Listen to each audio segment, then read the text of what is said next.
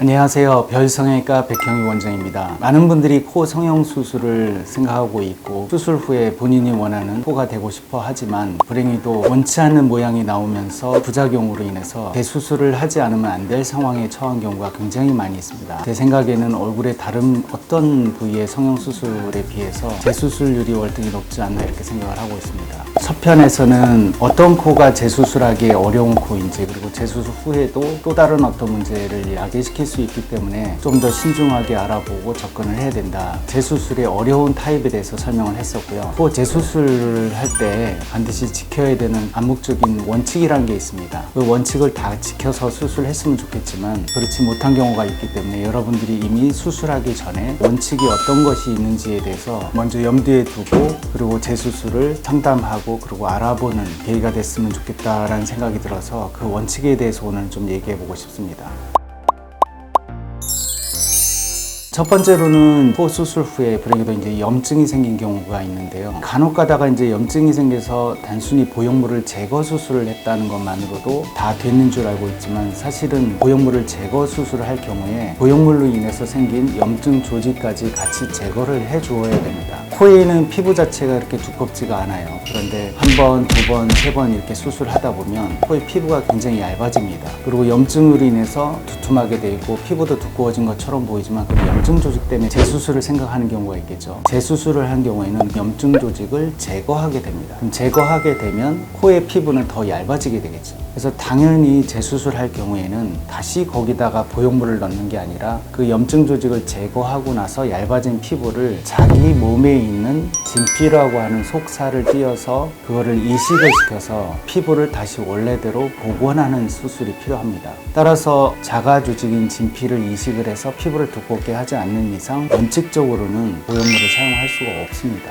두 번째는 이제 코끝에서 문제인데요. 한번 수술하고 나면 피부도 변형이 되고 그리고 연골도 변형이 됩니다. 코끝은 연골로 되어 있죠. 그 연골은 염증이 시작이 대부분 다 코끝부터 시작이 되기 때문에 연골의 일부는 이미 염증으로 인해서 변형이 되거나 녹아서 형태가 바뀐 상태가 됩니다. 따라서 재수술할 경우에는 원칙상 그 사람이 수술하기 제일 처음의 상태인 코끝의 연골 모양으로, 그리고 피부를 원래 형태대로 복원하는 시키는 수술이 필요합니다. 이게 이제 재수술에서 가장 중요한 원칙 중에 하나인데, 수술을 몇 번 하셨던지 간에 가장 제일 처음에 수술하기 전 피부와 연골의 형태 비슷하게 복원하는 과정이 되게 중요합니다. 그 과정을 생략한 채로 어떤 재료나 또 인공 성형 물질로 인해서 억지로 코 모양을 만든다고 하면 또 다른 부작용을 야기시킬 수가 있습니다. 그 다음은 코끝에 넣는 재료에 대한 건데요. 이 역시도 지난 영상에서 말씀을 드렸겠지만 한 번 더 강조해서 얘기를 드리고 싶습니다. 코끝 부위는 염증에 대해서 굉장히 취약한 부위입니다. 코 수술 후의 염증은 대부분 다 코끝부터 시작이 된다고 보시면 돼요.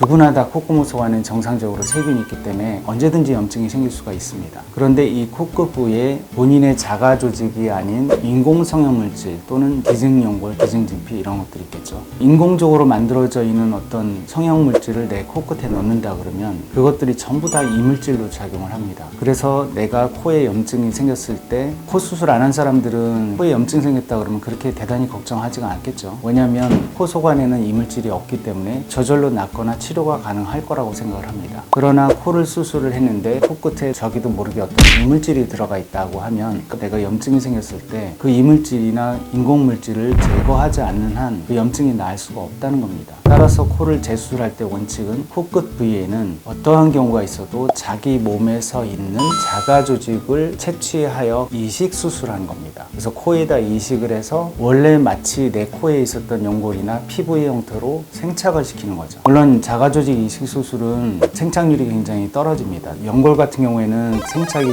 거의 95% 이상 되기 때문에 걱정할 필요가 없지만, 지방이나 진피나 이런 조직들은 워낙에 생착률이 많이 떨어지기 때문에 채취해서 이식을 했다고 해도 그거를 다 산다고 보장을 할 수가 없습니다. 따라서 자가조직 이식 수술은 굉장히 어렵기도 하겠지만 수술을 잘 해서 잘 생착을 시켜야 됩니다. 그래서 조금 더 자가조직 이식에 대해서 경험이 많은 선생님을 선택하기를 제가 권해드립니다. 이게 가장 중요한 원칙인데요. 간혹 가다가 이제 자기 몸에 자가조직이 없는 경우에는 그러면 어떻게 하느냐 이렇게 물어보는 분이 있는데요. 연골이라고 하는 거는 귀에도 양쪽에도 있고 코 속 안에 비중경골도 있고 늑연골도 굉장히 많이 있기 때문에 수술을 그렇게 많이 하신 분들조차도 연골이 없을 수가 없거든요. 정말로 너무 많이 다 떼서 없다 그러면 그런 경우에는 어쩔 수 없이 이제 인공적으로 만들어져 있는 성형 물질을 사용할 수밖에 없겠지만, 그렇지 않은 경우에는 수술이 아무리 여러 번 했다 할지라도 자기 몸에는 자가 조직이 일부 남아있기 때문에 그 조직으로 수술을 해야 되는 게 원칙이기 때문에, 혹시라도 수술을 여러 번 해서 또 수술을 계획하고 계신 분이 있다 그러면 자가 조직으로 코를 수술하는 것을 권해드립니다.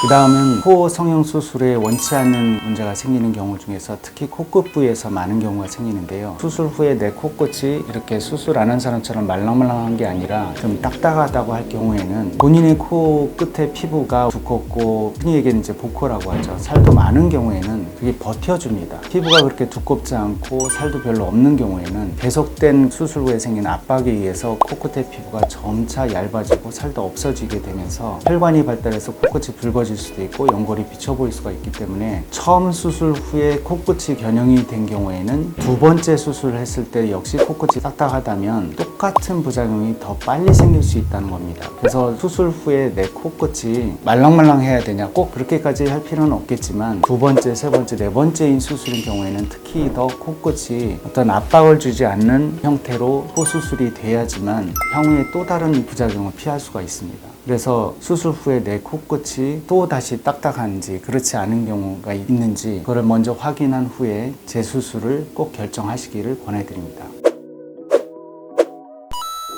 오늘은 코를 재수술할 경우에 기본적으로 지켜야 될 원칙들이 있는데, 이런 것들을 여러분들이 미리 알고 난 후에 그리고 지식을 바탕으로 코 수술을 계획을 했으면 좋겠다는 생각으로 영상을 제작하게 되었습니다. 감사합니다.